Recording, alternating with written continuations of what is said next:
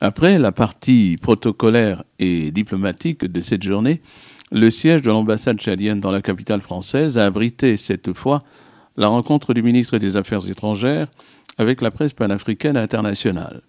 Une action de communication indispensable pour rappeler et repréciser le sens de l'engagement politique, diplomatique et militaire de notre pays dans les graves crises actuelles qui menacent la sécurité et la stabilité, notamment en Afrique de l'Ouest pour la CEDEAO et en Afrique centrale pour la CEMAC.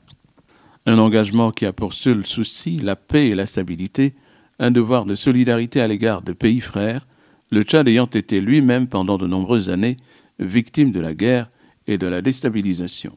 Je crois qu'il faut corriger parce que certaines presses disent que c'est maintenant que nous intégrons la MISMA, tout ce que nous souhaitons, et que l'armée malienne qui est actuellement en formation puisse se ressaisir, puisse être opérationnelle dans le plus bref délai possible pour pouvoir participer à la stabilisation, parce que les différentes forces seront amenées à partir un jour. Donc il faut que l'armée malienne ait les capacités de pouvoir maintenir l'indépendance et l'intégrité du territoire malien. Le terrorisme et le fanatisme islamique qui menacent toute la zone sahélienne, toute l'Afrique et la sécurité internationale sont aussi l'autre raison de l'engagement du Tchad aux côtés des peuples et des institutions démocratiques de ces pays, notamment au Mali.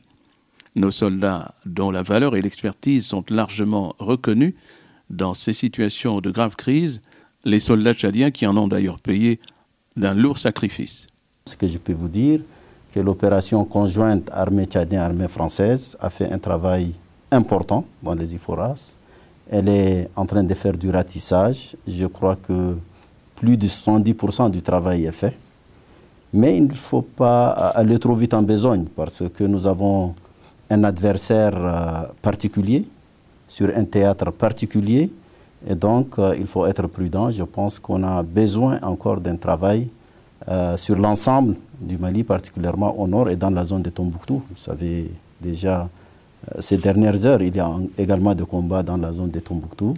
Donc, il faut continuer, à mon avis, de faire ce travail. Ça prendra le temps que ça prendra. L'Union européenne a envoyé une mission militaire qui a évalué la situation et qui a commencé la formation. Nous savons qu'il y a des très bons officiers. Il y a des bons officiers dans ce qui reste de l'armée malienne. Il suffit de les organiser, il suffit de les doter des moyens conséquents.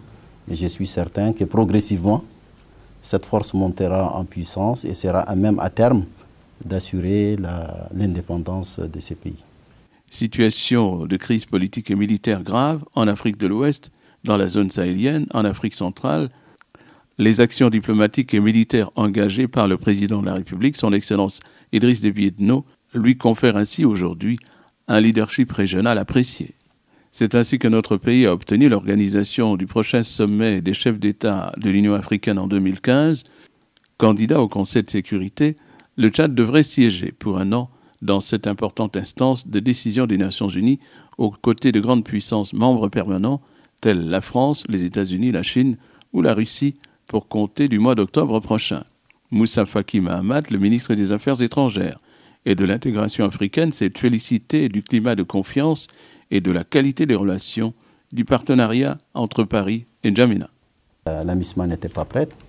Nous pensions avoir pris la bonne décision d'intervenir en concertation, en coopération avec l'armée française.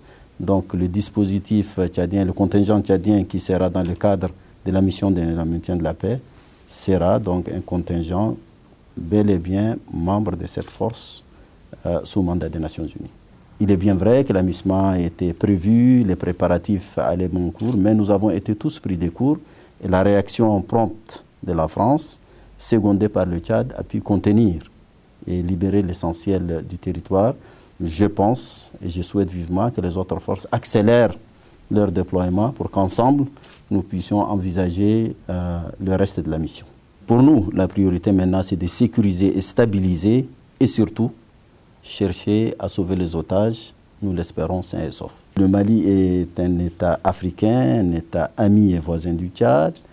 La menace sur le Mali est une menace sur le Tchad et nous n'avons pas besoin d'être priés ni payés pour ça. C'est un engagement, c'est une conviction Et je pense que si la menace est dans un autre pays, nous serions intervenus. Parce qu'en intervenant, je crois que nous travaillons pour notre propre sécurité.